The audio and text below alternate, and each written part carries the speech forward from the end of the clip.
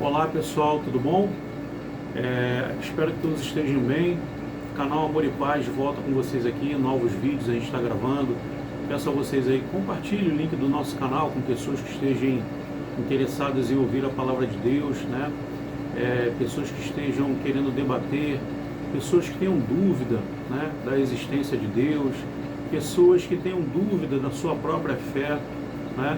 Pessoas que pensam que morreu, acabou, não existe nada além daqui. Existem vários vídeos aqui no nosso canal que a gente fala sobre tudo isso que eu mencionei e abordei aqui com vocês, né? Não vamos dizer assim, não é absurdo nenhum a pessoa reconhecer, olha, eu não consigo gostar de Deus, eu não consigo ter fé nele, eu preciso de argumentos para que eu possa acreditar na palavra de Deus. Nós sabemos que nós somos seres humanos, somos falhos, né? Eu encontrei a minha fé com o nosso Senhor Jesus Cristo e a minha fé em Deus, e quero que você também encontre a sua. Por esse motivo o canal está aí. O canal não fala sobre especificamente uma religião, mas o canal tem o simples objetivo de pregar a palavra de Deus, né, e mostrar a vocês que a ciência espírita ela está contida em todas as religiões, né, do bem, que só acaba que a religião, dentro de suas doutrinas, né, e seus dogmas, elas acabam levando até aquele fiel de uma forma que ele possa acreditar na fé em Deus daquele jeito, daquele tipo. Como na Igreja Católica tem os santos, como na Igreja Evangélica tem aí o Divino Espírito Santo e as revelações de Deus através das intuições, como no kardecismo nós temos lá os mentores de luz que se apresentam na mesa espírita para poder dar a mensagem, como na Umbanda nós temos o processo de incorporação de vários espíritos para poder fazer com que aquela pessoa que está buscando ali uma palavra de conforto receba e leve ali a sua cura, o seu conforto e a sua paz espiritual. E assim sucessivamente em todas as religiões que existem na face da terra. Deus é um só, ele já disse, está na Bíblia, né, que a casa dele tem várias moradas. O que ele quer dizer? O que ele quer dizer com isso? Ele quer dizer para você que ele é um único Deus, tá? E que essa história já vem perdurando durante milênios antes de Cristo, e ainda assim o homem duvida da existência de Deus, não acredita na sua promessa para com o povo dele, não é verdade? Então nós hoje vamos falar de uma passagem bíblica muito importante. Hoje eu peguei a Bíblia, né, muito, assim, vou dizer para vocês, uma Bíblia muito detalhada, mas não é uma Bíblia de estudo. Eu costumo ler bastante, né? Não sei se vocês gostam dela. Está aqui, ó. Essa daqui é a Almeida Revisada e Atualizada, Bíblia Sagrada, letra extra grande, edição com letras vermelhas, né, da Sociedade Bíblica do Brasil. Uma Bíblia muito interessante que traz na íntegra as histórias e as passagens bíblicas, né? Eu utilizo essa, eu utilizo outras. Eu tenho também a Bíblia de Jerusalém, que eu gosto muito, considero uma das melhores.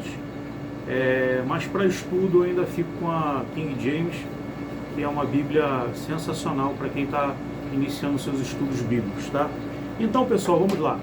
Eu peguei uma passagem bíblica, né, que ela é muito interessante para vocês, que fala sobre Moisés, né, sobre toda a vida de Moisés, né, com relação à sua história e a promessa de Deus com Moisés, né? Moisés, ele desafia o faraó por várias vezes, porque Deus manda que através de Moisés leve a informação ao faraó que liberte o povo dele, o povo de Israel, porque Deus tem uma promessa para o povo de Israel. E aí, resumindo a história, porque é uma história muito longa, muito grande, tem vários filmes aí que é muito interessante vocês assistirem. Tem uma coletânea bíblica que eu esqueci o nome do autor agora, mas no YouTube lá você bota coletânea bíblica, né? Filmes da coletânea bíblica. São filmes muito legais que falam sobre todas as passagens bíblicas em filmes e na íntegra com relação ao que está escrito na Bíblia, porque eles seguiram a Bíblia como roteiro e parâmetro principal para o desenvolvimento dos seus filhos. E assim a gente vai falar sobre Moisés, né? Moisés foi um enviado do Senhor que esteve na terra para defender o povo de Israel com relação ao faraó que escravizava o seu povo. E Deus fala assim para Moisés: Moisés, vai lá e diga para o faraó para libertar meu povo, que senão eu vou jogar pragas, né, no Egito. E aí foram as 7 pragas do Egito, que vocês já sabem, né? Os gafanhotos, as rãs, né? Os sapos, as tempestades, a chuva de granizo, né? E ainda assim no final, né, Deus permite que o filho do faraó, né, seja morto, e ainda assim, né, o faraó é acometido com algumas doenças, não só o faraó, como todo o povo do Egito que escravizava aí os vamos dizer assim, né, o povo de Deus. Por que eu estou dizendo assim? O povo de Deus, e não ironicamente, mas num tom um pouco desagradador. Por quê? Vamos lá. O que acontece? Se Deus, ele é, né, o Deus da Bíblia, por que ele escolheu um povo para dizer que aqueles ali eram os filhos dele, os filhos de Israel, e que prometiam uma terra santa? Muitos questionam essa condição. Então quer dizer que os egípcios, os hebreus, não eram considerados aí povo de Deus?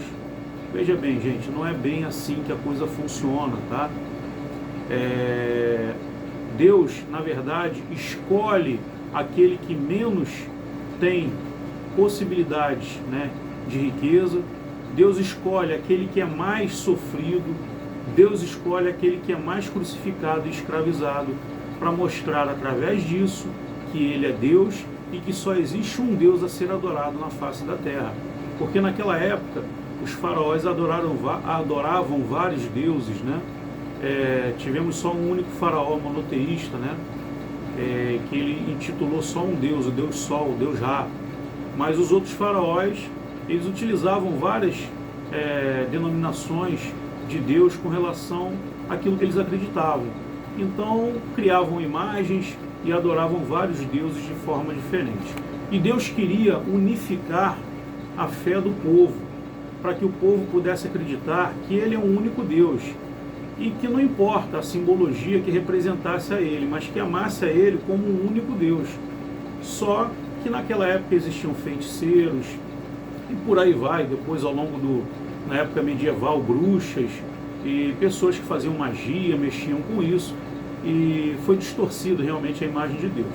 Só que lá antes de Jesus, né, Deus utiliza Moisés como ferramenta para que o faraó libertasse o povo dele, mas não porque Deus queria libertar somente aquele povo, mas é porque Deus queria mostrar para o faraó e para muitos outros líderes daquela região que existia um único Deus, e que se aqueles que seguissem a palavra desse único Deus, seria salvo e receberia o reino dos céus, que na verdade aí Deus promete, né, ao seu povo, ao povo de Israel, né, a terra de Canaã, né, terra de mel, né, a terra onde você poderia ter pão e mel abundantemente, ou seja, comida, bebida, água, e por aí vai. Então Deus faz essa promessa com Moisés, e Moisés leva essa promessa até o faraó. Aí, diante de tantas pragas, o faraó se rende a Moisés, deixando com que Moisés levasse seu povo pelo deserto em busca da terra de Canaã.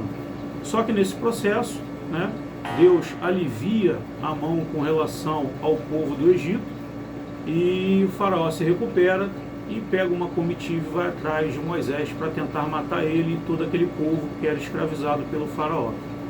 Resumo da história: Moisés se depara com o mar, onde não tem mais para onde correr, e o faraó vindo logo atrás para poder pegar esse povo.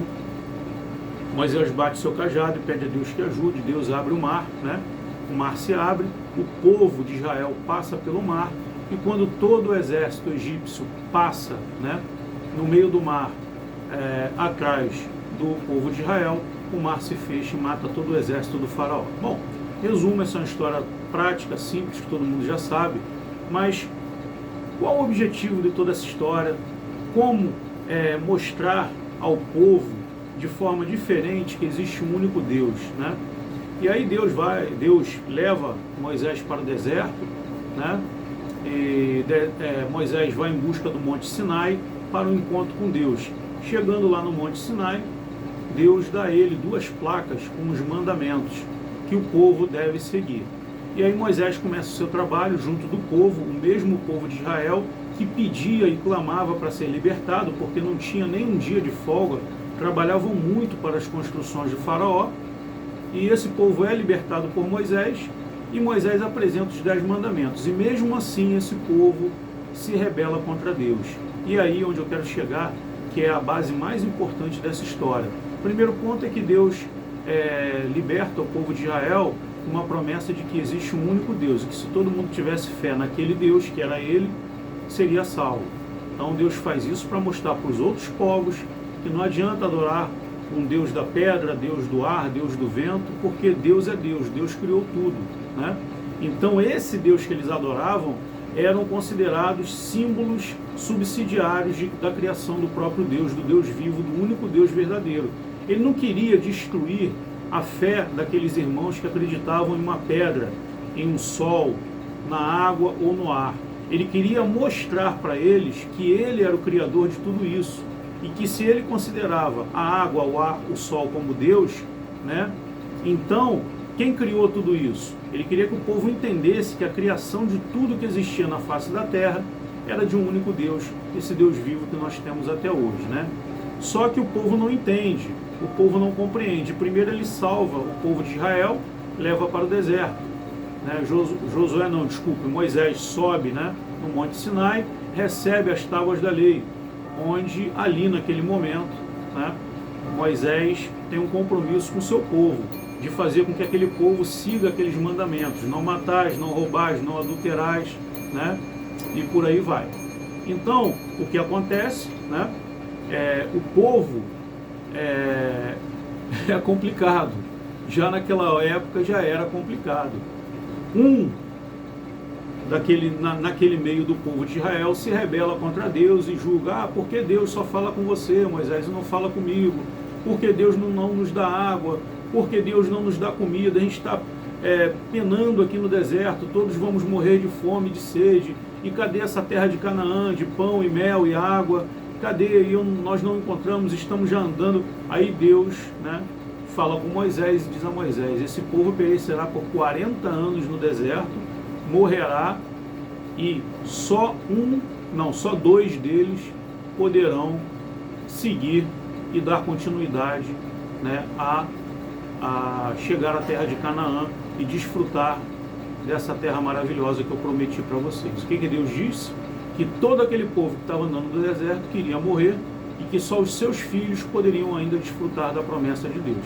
Ou seja, Deus estava testando a fé desse povo, para vocês verem e observarem que a fé para o povo é volátil, né? Não é algo consistente. Tem muita gente que não acredita em Deus e não acredita na fé, e tem muita gente que acredita, tem fé, mas não tem aquela fé como deveria ter tido em Deus, como está lá que Moisés representa para o seu povo. Moisés abriu mão de tudo na vida dele para seguir a Deus, né?